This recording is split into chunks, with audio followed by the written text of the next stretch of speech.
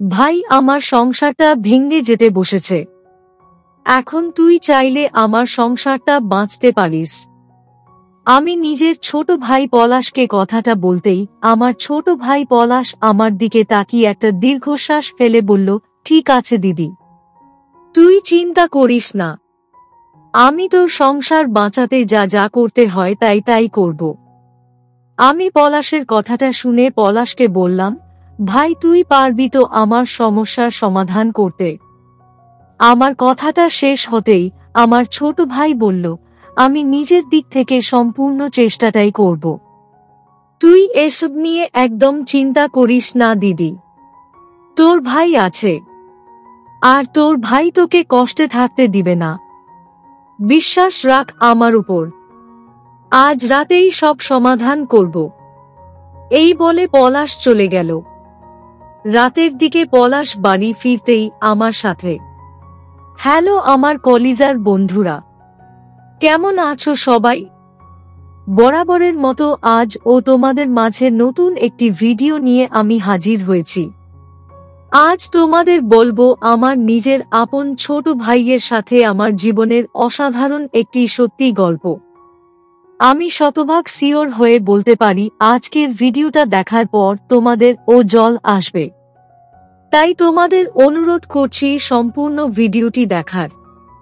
তো বেশি কথা না বলে চলো গল্প ফিরে যাই। আমি অনু, আমার বয়স 28, আমি বিবাহিত। আমার স্বামীর নাম মুকেশ। মুকেশের সাথে আমার বিয়েটা হয় পারিবারিকভাবে। আজ থেকে প্রায় 5 বছর আগে আমি আমার স্বামী মুকেশের বাড়ি যাই। বিয়ের পর থেকেই আমার স্বামী মুকেশের সাথে আমার ঝামেলা শুরু হয়। মুকেশ ও তার পরিবারের সবাই বড্ড লোভী। তারা আমাদের বাড়ি থেকে নানা বাহানায় টাকা চাইতে থাকে। আমার বাবা মায়ের বয়স হয়েছে, বাড়িতে ইনকাম করে শুধুমাত্র আমার ছোট ভাই পলাশ। পলাশ একটা ছোট চাকরি করে। অফিস টাইম শেষে পলাশ একটু বেশি টাকা ইনকাম করার জন্য একটা ছোট ব্যবসা শুরু করেছে। এত কিছু করার পরেও আমার বাবা মায়ের সংসারটা ভীষণ অভাবে চলছে। আমি তাদের অভাব দেখে কি করে তাদের কাছে টাকা চাইব? তারা টাকা দিবেই বা কোথা থেকে? এমনিতেই আমার বিয়ের জন্য তাদের জমানো যত টাকা ছিল সব শেষ হয়ে গেছে। এখন আর আমাকে দেওয়ার মতো তাদের কাছে কোনো টাকা নেই। আমি জানি আমার পরিবারের আর্থিক অবস্থা কেমন, তাই নিজের স্বামী যদিও বারবার টাকা চাইতে বলছে আমায়, তবুও আমি আর টাকা চাইনি। এই আর্থিক অশান্তির পাশাপাশি আরও একটা অশান্তি আছে, আর সেটা হলো আমার কোনো সন্তান নেই। বিয়ে হয়েছে অন্য 5টি বছর অতিবাহিত হয়ে গেছে, তবুও আমার কোনো সন্তান হয়নি। কেন আমার সন্তান হচ্ছে না সেটা আমি নিজেও জানি না। শ্বশুর বাড়ির লোকজন আমাকে অপা থেকে শুরু করে অলক্ষী সবকিছু বলে আমায় ডাকে। আমি আর কি করব? অনেক আশা নিয়ে এই বাড়িতে পা রেখেছিলাম, তবে এখন মনে হচ্ছে আমি এই বাড়ি এসে আমার জীবনের সবথেকে বড় ভুলটা করেছি। তা না হলে আমার সাথে এমনটা কখনো হতো না। আমি রোজ রাতেই ফুঁপিয়ে ফুঁপিয়ে কাঁদি, কারণ আমার মনের মাঝে জমে থাকা কষ্টটা এখন শুধুমাত্র আমার কষ্টের ভাগ নেয়ার জন্য কেউ নেই। আমি সারা দিন সকাল থেকে রাত অবধি হাড় ভাঙ্গা পরিশ্রম করতে থাকি। আমার কোনো বিশ্রাম নেই, আর রাতের দিকে বুকের মাঝে জমে থাকা কষ্টগুলোর কারণে রাতে ঘুম হয় না আমার। প্রতিদিনের মতো আজ সকালে আমি ঘুম থেকে উঠে ফ্রেশ হয়ে নিলাম। আমি ফ্রেশ হয়ে নিয়ে চলে গেলাম রান্নাঘরে। সকলের জন্য সকালের জল খাবার তৈরি করতে হবে। আমি সকলের জন্য জল খাবার তৈরি করতে নিতেই আচমকা আমার শাশুড়ি চলে আসলেন রান্নাঘরে। আর আমাকে রান্না করতে দেখে তিনি আমাকে একটা ঝাড়ি দিলেন। আমি আমার শাশুড়ির ঝাড়ি খেয়ে ভীষণ রকম অবাক হয়ে গেলাম। আমি আমার শাশুড়ির দিকে কৌতূহলী দৃষ্টিতে তাকাতেই আমার শাশুড়ি আমাকে বললেন, রোজ সকালে সকাল এমন একটা মেয়ের হাতের রান্না খেলে মঙ্গল তো হবেই না, বরং অমঙ্গল হবে। আমি একটা কথা বুঝতে পারি না যে তোর মতো মেয়ে আমাদের এখানে থাকিস কেমন করে? লজ্জা ও কি করে না তোর? আমি আমার শাশুড়ি মায়ের কথাটা শুনে নিজের মাথাটা নিচু করে ফেললাম। আমি কখনো কারোর কোনো কথার প্রতিবাদ করিনি, আর না কখনো তাদের কথার কোনো জবাব আমি নিজেই দিয়েছি। আমি নিশ্চুপ হয়ে যেতেই আমার শাশুড়ি মা আমাকে বললেন, কিরে এখনো এই বাড়িতে কেন পড়ে আছিস? তোর বাবা মাকে বল তোকে নিয়ে যেতে। আমার এখানে ফ্রি থাকা খাওয়ার কোনো ব্যবস্থা নেই। আমি আমার শাশুড়ির মায়ের কথায় এবার খানিক কষ্ট পেলাম। আমি আমার শাশুড়ির মাকে বললাম, এমন করে বলছেন কেন মা? আমি কি এমন করেছি যে রোজ আপনি আমার সাথে এমনভাবে কথা বলেন? আমি তো সব সময় এই বাড়িতে সকাল থেকে রাত অবধি কাজ করি। আমি যদি কোনো ভুল কিছু করে থাকি তবে সেটা আমাকে বলে দিন।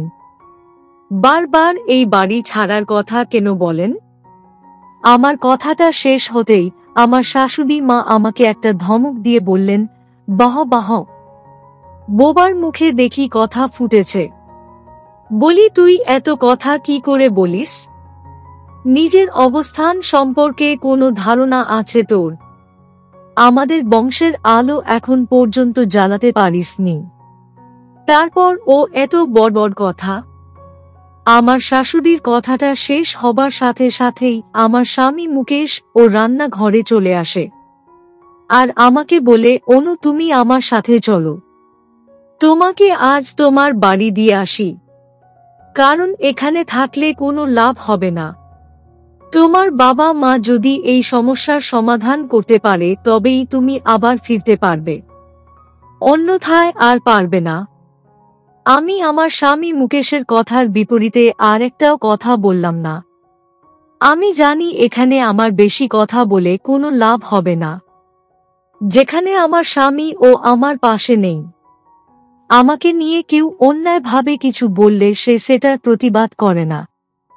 তখন তার কাছে কিছু প্রত্যাশা রাখাটাই আমার ভুল। আমি আর কোনো কথা না বলে নিজের জামা কাপড় গুছিয়ে নিয়ে আমার বাপের বাড়ি চলে আসলাম। আমি আমার বাপের বাড়ি চলে আসতেই আমার দেখা হয়ে গেল আমার ছোট ভাই পলাশের সাথে। পলাশ আমাকে দেখে ভীষণ খুশি হয়ে আমাকে জিজ্ঞেস করল, দিদি তুই এসেছিস? আজ 1 বছর হতে চলল। আমাদের কথা কি ভুলে গেছিস নাকি দিদি? আমি পলাশের কথাটা শুনে খানিক মলিন কণ্ঠে পলাশকে বললাম, না রে ভাই, তোদের কথা আমি কি করে ভুলতে পারি? তোরা ছাড়া আর উপরে ভগবান ছাড়া আমার আপন আর কে আছে বল?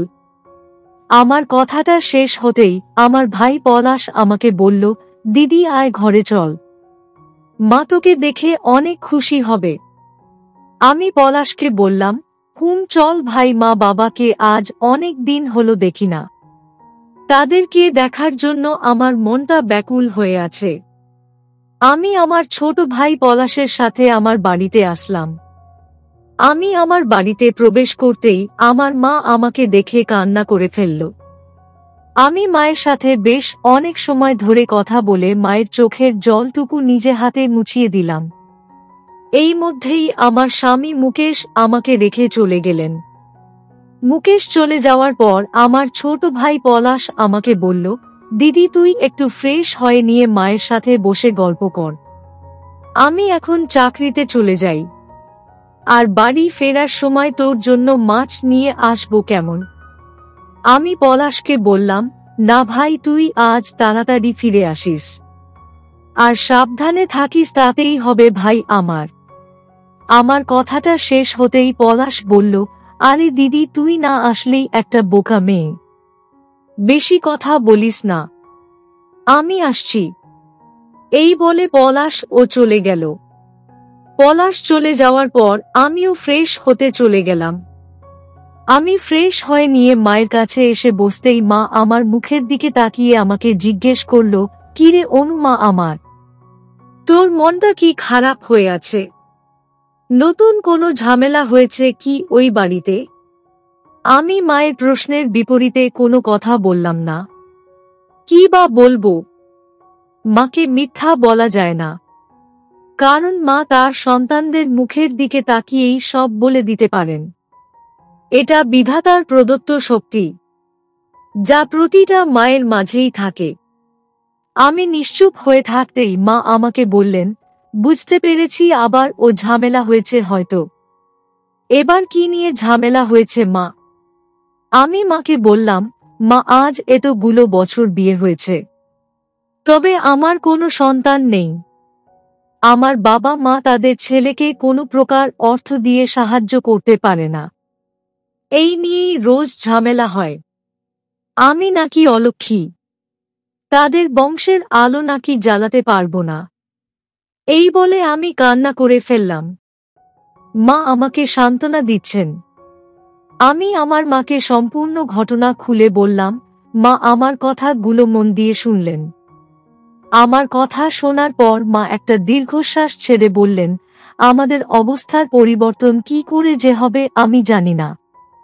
নিজের একমাত্র মেয়ের বিয়েটা যেমন করেই হোক দিলাম। ভেবেছিলাম হয়তো আমার মেয়ের অনেক সুখ হবে, কিন্তু আমার ভাবনা অনেক ভুল ছিল। আমি মাকে বললাম, মা এসব নিয়ে তুমি চিন্তা করো না। কথায় আছে না, বিধাতার নির্ণয়ের উপর আর কোনো কথা থাকে না। বিধাতা হয়তো আমার ভাগ্যে এটাই লিখে রেখেছিলেন, আর তাই আমার কপালে এমন একটা স্বামী জুটেছে। আমার কথাটা শেষ হতেই মা আমাকে বললেন, এখন সামনে কি করবি?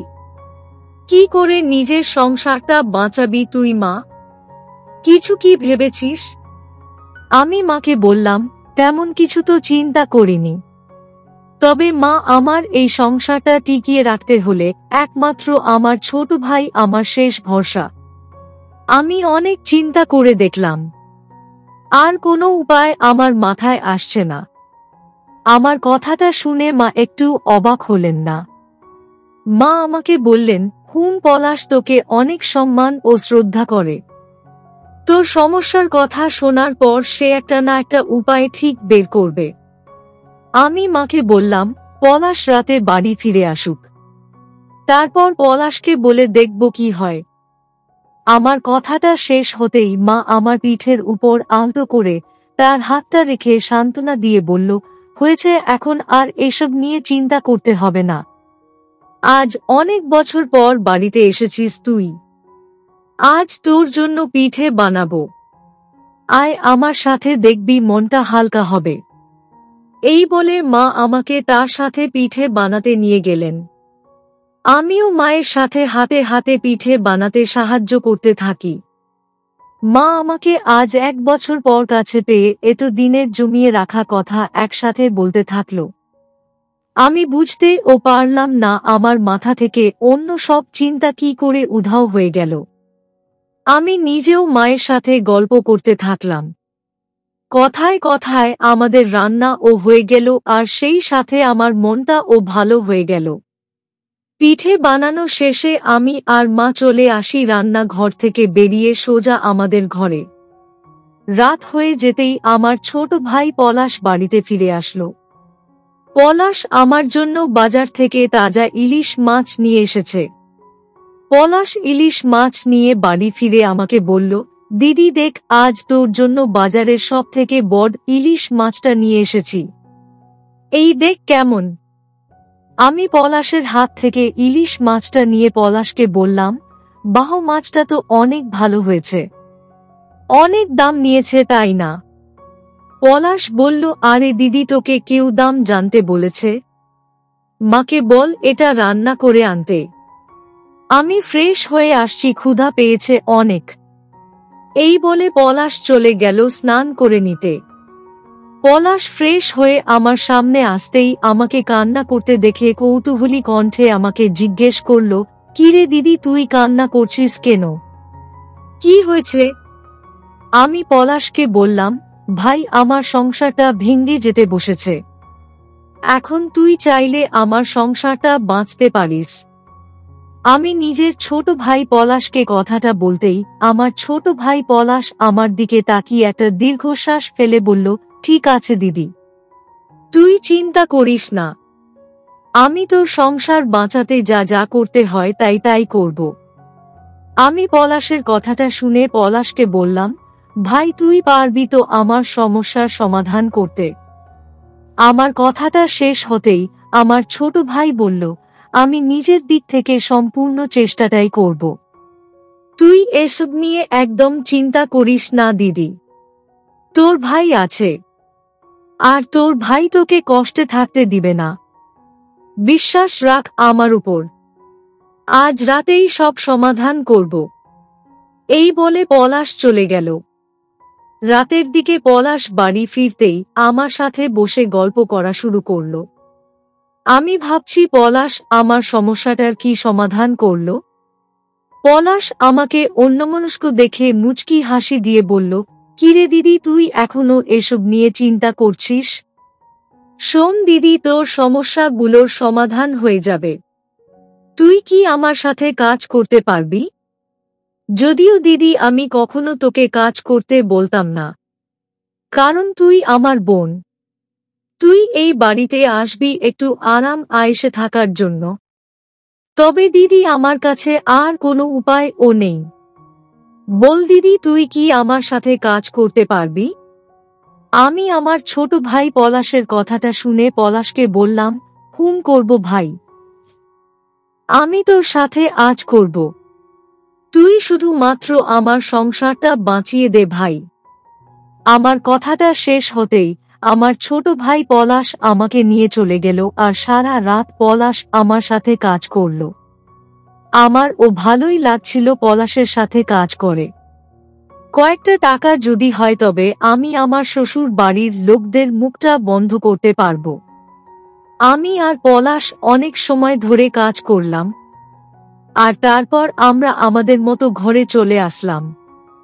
সত্যি আমি কখনো ভাবতে পারিনি আমার ছোট ভাই আমাকে এমনভাবে সাহায্য করবে।